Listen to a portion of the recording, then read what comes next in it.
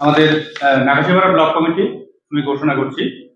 Chairman Kallol Khan MLA, Kanishka Chatterjee president, vice president Humayun Sheikh vice president, general secretary আছে দুজন, সিরাজ শেখ এবং সুশান্ত মল্লিক।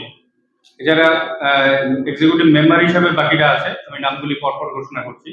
পীযূষ সরকার, সেলিম শেখ, ডালিম বিশ্বাস, তারক সেন, বদর মণ্ডল, দুর্গাদাস ঘোষ, কাকলি দেবনাথ, বাবু ঘোষ, মাফিজুর রহমান, নওয়াজেব আলী মণ্ডল, ধীরেন বিশ্বাস, ওসমান শেখ, গোপাল সিংহ রায়, হাসান আলী খান, জিয়াউর রহমান, খোরশেদ আলম শেখ এবং রাজু শেখ।